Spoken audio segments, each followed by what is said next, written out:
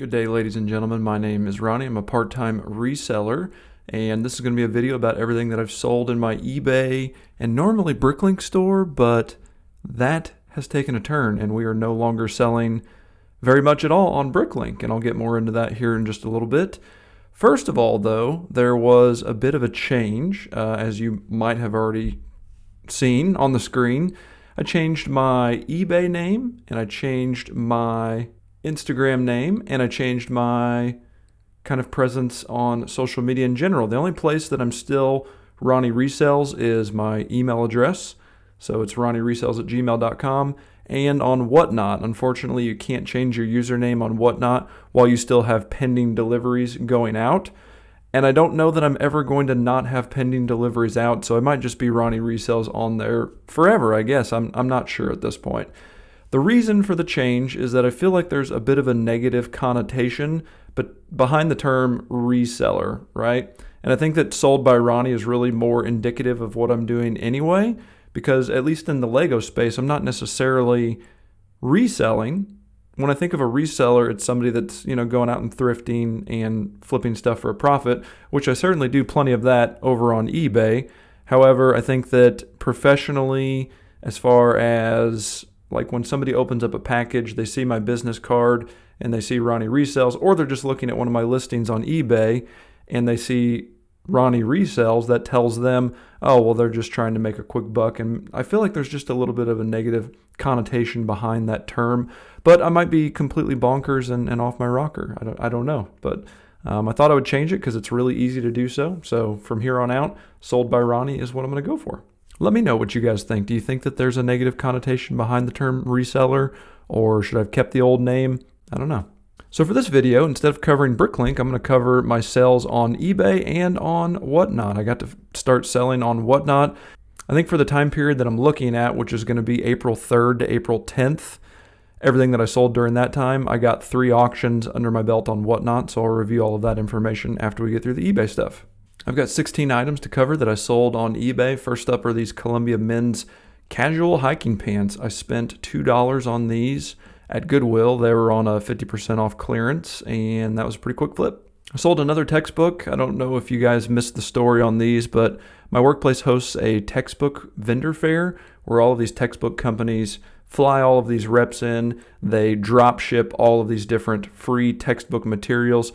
People come and look at them, they take whatever they want, and then whatever is left behind is just left behind. The vendors don't take any of that stuff with them, and then it's just kind of left on my workplace to decide, well, are we going to try and get this to folks? And if we don't find people that actually want it, then it just winds up in the garbage.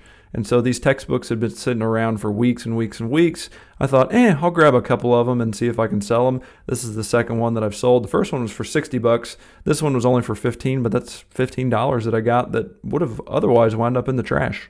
I wasn't certain if I would have much luck selling this. The shirt was in really good shape. The smaller sizes definitely do not sell as well.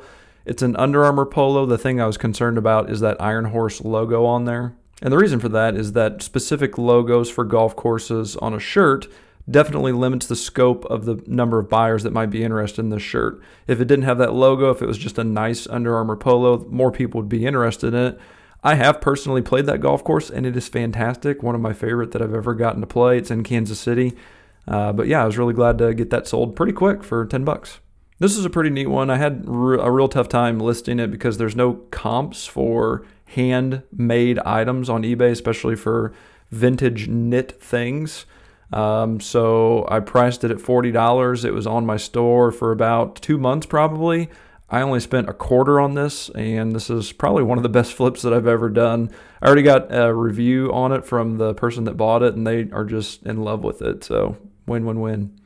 Sold a nice little Magellan fishing shirt. Magellan is Academy's house brand, so it can be found pretty ubiquitously at all of the thrift shops that I frequent.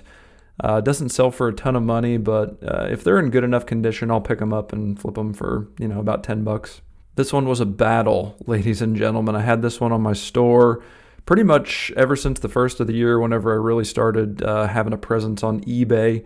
Again, this is something that I think that I caught it at a game. I either caught it or I purchased it during the 2006 inaugural first season at New Busch Stadium in St. Louis, Missouri for the St. Louis Cardinals. Originally listed it for $100. It had no traction there. Took it down to $75, then took it down to $60. Finally got a decent enough offer, $40 and free shipping, and I sent it their way. They had a kind of a neat story. I think they messaged me and they said that they had one of these whenever they were younger and they lost it, so they purchased this one to replace it, and they were really happy to get that, and I thought that was kind of cool. I bought this jacket for $5 at a kind of a like weirdo like flea market place. Didn't know if I'd sell it or I don't know. It looked kind of vintage, looked kind of cool. Picked it up and, made a couple bucks on it.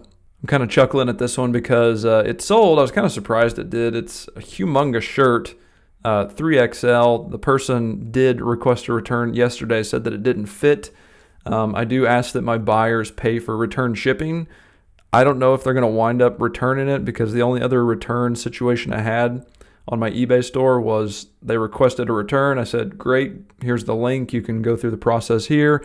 And then I think when they found out they had to pay for return shipping, because I'm not Amazon or Walmart, I can't pay for shipping to ship it out to you. You try it on, it doesn't fit, and then you ship it back. I go through the different things of like this. Like this is a great example. I take measurements of my shirts, so you kind of know, exactly what size it is. And if you get it and it doesn't fit, especially on an item that's only $8, that's going to cost them $5-6 to send it back. So it's really not worth it to them to send it back at that point. They should probably just donate it and eat the loss. But so this one is a return. Don't know if I'm going to see it back or not. This is a super cool Callaway Golf 2XL, like quarter zip, almost half zip. It zips way down there. Pullover, and it's got this Crestwood logo on there, which is a local golf course, private golf course, about 40 minutes from my house. Really, really nice golf course. And once again, I was like, I don't know if it's going to sell very good. It's older. It's kind of dingy. It's got this old logo on there, but it was not listed very long, and it's old. This is a shirt right out of my own personal collection. So I've got the mantra of if I'm going to buy something at the thrift store and hang it up in my closet and I need to get rid of something. So this was one of those items, and it flipped pretty quick, $9. Also, another thing that I want to note here that I'm doing differently, I noticed that the condition is way up here at the top. So what I've started doing, instead of listing the condition down in the description over here, I've started to put it up here because that's, right at the top of the listing. I think the eyes are a little bit more attracted to that area. So I'm switching that up. I'll let you guys know how that goes. I think it was just last week I was complaining about this item, how I pretty much lost money on it because whenever I originally listed it, I listed it for first class shipping, and this definitely needs a priority rate because it's a pretty heavy box. I changed my other one that I had available. I bought this for $10 on Walmart clearance, and you can see they did pay $9.25 in priority shipping, so this one actually was a good profit for me. I'm so happy when I can sell shoes at my asking price because I just have not had much luck selling used shoes in the used shoe game. You go on TikTok and YouTube and you see all these resellers that are pretty much making a living selling nothing but shoes, and that's just not been the case for me. Maybe I need to put more effort into cleaning them up or something. I don't know. I mean, I go through a pretty strenuous cleaning process on most of the shoes unless they're in bad condition, and maybe I'm just not good enough to get the whites pearly white like people want to see. But I was happy to see that these sold. They weren't listed for very long. I think I paid $8 for them, so it was a pretty small profit, but not too bad. Super cheap pair of Levi's 550s. I bought these for $25, so I was more than happy to accept an offer of $10 for them. Once again, hooray, sold another pair of shoes. I picked these up for $25 at the local thrift shop, so these were a really, really good flip. I really dug the colors on them, and they're kind of suede, and they're pretty neat. I've had pretty good luck selling the brand Redhead. These are men's short shorts. They're very short, hiking shorts. Sold them for $21. I found the pair of them in Goodwill, paid $2 a piece for them, decided to lot them up just to kind of save the person on shipping, and they sold pretty quick. Last item on eBay is not an impressive one, although I only paid about 10 cents for this coffee mug, and I did make a little bit of money on the shipping as well. But it's a Contigo, so it's a really nice coffee mug. I had it listed for $7, and this is like one of the first items that I listed in my store. So it's been in there for 2-3 months now at this point. So whenever a $3 offer came along, I accepted it. So now we're going to switch over to Whatnot, and I'll show you how I did there. So on Whatnot, I'm going to have a tough time explaining to both you and myself what my actual profits were, because the dollar amounts that I'm showing you is the dollar amounts that I sold all of the items for a particular auction. So my first auction was on April 5th, and I had $544 worth of total sales. The reason that it says total earned is that it subtracts any giveaways that you have, which I think I had maybe 2 or 3, the shipping charges for those, so about $10 in giveaways. And then also, I haven't been paid for all of those items yet. It seems the payouts on Whatnot take quite a while. Not only does the person need to receive them, but I think that they have to review them before those funds are released. And I don't know that the people are on any kind of strict timeline. Actually, let me look that up real quick. All right, folks, Google to the rescue. Whatnot will issue payment to seller within 10 days of the date Whatnot ships the item to the buyer. At any point, a user may request a payout transaction, and Whatnot will conduct the transfer, deducting applicable fees within 3 to 5 business days of the date the user requests the transfer. So I should receive payment for all of my items within 10 days of shipment, which all of my items shipped out the very next day. So that would be April 6th. As of today, it is April 15th. So by tomorrow, that number should go up a little bit more, I would imagine. Currently is a special promotion because they are trying to boost the platform for Lego sellers. I am not going to have to pay the normal 8% Whatnot selling fee. I am still responsible for the transaction fees that they have on there, which are around 3% for each transaction. But for me, this is crucial because that really made my brain switch on to, I really need to, sorry, I just realized that part of my camera was covering up a very important detail. I still have 15 items that are pending delivery, so they just haven't made them to the buyers yet. Which is crazy because I live in the middle of the States and it usually takes 2 to 3 days max for my shipments to make it there. So I don't know what's going on there. So anyways, as I was saying, the reason that I'm converting away from selling parts and pieces and minifigures on Bricklink is because Whatnot is amazing. I am floored and amazed by the platform. A, how much fun it is, B, how easy it is to sell stuff, and C, how much fun it is. I'm emphasizing how much fun I have just getting stuff together, trying to organize a really fun, engaging platform. All of the people on there are just really nice. The little Lego community is kind of a close-knit community, and whenever you pop in to sell or buy, you're seeing the same usernames over and over and over again, and you kind of develop those relationships with folks. Speaking of which, we have a little community that we've started, and if you're interested in joining our community, please feel free to do so. There's no charge at all. It's just a place that you can come in, have conversations with other buyers, other sellers of Lego on Whatnot. The website to join is thebrickmafia.com. No spaces, just type that in. You'll wind up on a page like this. My buddy Dave from Scott's Toys is the guy that made the page, and it's a lot of fun. So this is what it looks like. If you've never been in Discord, we've got the rules that you can read over, the general chat that you guys can just have conversations with. We've got a builds topic, all kinds of fun stuff in there. So again, it's thebrickmafia.com. Come on in and join. Anywho, back to Whatnot. So I've abandoned Bricklink. All of my parts are no longer listed. All of my minifigures are no longer listed. The only thing that I still have listed on Bricklink are my sets, and that's for investment purposes. I'm still more than happy to sell sets on Bricklink because their fees are about the lowest that you can possibly get. It's about 6% for transactions, 3% for Bricklink, about 3% for PayPal. A little bit higher than what Facebook might charge, but Bricklink is a place where people can go and they know that they're going to get Lego sold to them by people that know Lego. They're going to take care of it. So I think there's definitely value in maintaining my presence there, as well as that's how I keep track of all of my inventory. And, you know, if I were to have a fire in my house at some point, I've got a list on Bricklink that shows exactly what sets I have and how much they're worth. So I like having that for sure. Anywho, let's talk more about Whatnot. So it's tough for me to say, this is how much profit I've made. The only thing I can really share is the total number of orders I had. I turned 65 items over in about 2 hours worth of work, $544 worth of merchandise. So Whatnot, thank you, because you gave me the ability to sell my Bricklink store, and I was really, really tired of parting out sets. I was really, really tired of picking orders that amounted to $2 or $3 in profit, and they always took 10, 15 minutes to pick. It's a lot of time investment and just really wasn't worth it. So I am in the process right now of liquidating all of my parts and minifigures on Whatnot. So if you're interested in purchasing parts, we have some fun minifigure games that we do as well. I've got a link to my Whatnot page that I'll include in the description of the video if you want to come check me out.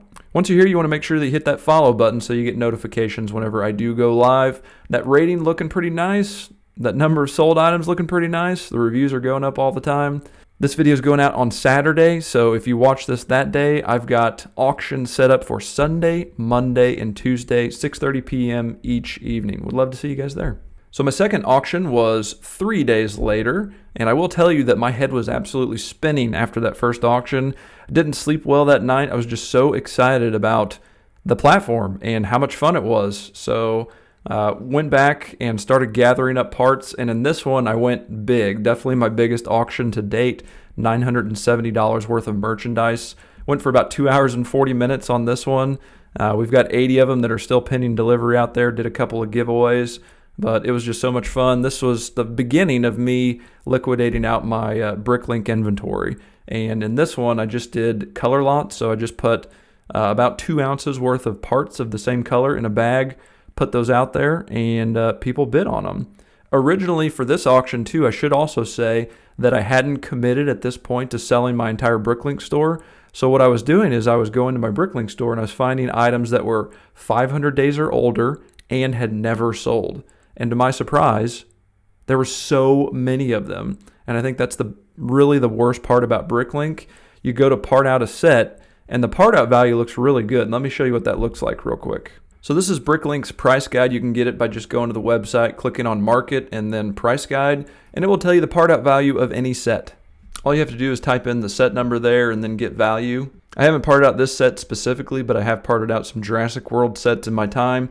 This one has an average of the last 6 months sales of $103.76. So that's what it's actually selling for, which is the number I would probably pay attention to instead of this number, which is a little more bloated, because people are going to probably not sell a lot of the inventory that's priced at this one. So just to be conservative, this was always the number that I went off of. On Bricklink, you're usually shooting for at least a 3 times value part out. And so this is an $80 set, so this would be a very bad idea to part this one out. But we're going to click into it anyway, just to kind of use it for example purposes. Let's say that you did part it out. You can look at the set inventory and take a look at all of these different lots, all of these different part types. The cool thing is that you're probably going to sell, the baby dinosaurs, a lot of the light bluish gray, but some of the things like taps, those are never going to sell probably. It's just going to be dead inventory. Same with these Technic things. You'll sell the dinosaur, no problems there. But these things, Translight blue glass for window. My point is that there's just so much dead inventory that I had in my store that was just never going to sell. And so I saw Whatnot as an opportunity to combine a bunch of the same color parts into a bag that wasn't selling in Bricklink, throw them out there for a $2 starting bid, and to my surprise, all of them sold. I had no inventory left over from that auction that didn't sell. And a lot of the bags sold for $5, $6, $10 a piece. So that's all of the kind of why behind my move away from Bricklink. And after doing the parts that just weren't selling, I realized this is an opportunity for me to get out from underneath this gigantic Bricklink collection and to shift my business and my time and my dollars elsewhere on things that are more fun for me and will probably yield more satisfying profits in the end. All right, so during the time period that we're looking in, I skipped this one. I jumped ahead and went to the big one. So the big one was on April 9th. So now we're going to travel back in time and we're going to cover April 6th. So on April 6th, it was a smaller one, but it was still good. And I only went for an hour and a half on this one, $312. We still got some pending deliveries out there. 55 total items. Again, Whatnot, thank you. Thank you. I appreciate it. So in total, in a matter of a week, I sold $544 plus $312 plus $970 to give me a grand total of $1,826 in 3 auctions. Now, again, I don't know what actual profit is, but essentially all of that inventory that I sold and made $1,800 on was dead inventory. It was stale. It was not going anywhere. And there is no way that the amount of time that I would have to have put in selling that stuff on Bricklink, it would have just been an astronomical number, and it just wouldn't have happened. Just wouldn't have happened. So again, Whatnot for the win. Super happy there. My only issue now is, well, what do I do whenever I run out of parts? So we're thinking about things. The brain is cranking along, and I'm just enjoying the ride right now. It's been a lot of fun. It's been a lot of work, but it's been super rewarding as well. All right, that's going to wrap it up for everything that I sold this week. Excellent week. This is one for the record books, probably one that I will always remember because it's the first time that I got on Whatnot, and I think that it's been a definite game changer for me. So if you guys are interested in following me on Whatnot, we'll have links in the description. You can feel free to email me. Definitely remember to join our Discord server at thebrickmafia.com. Thank you guys so much for watching, and we'll see you in the next video. Happy selling.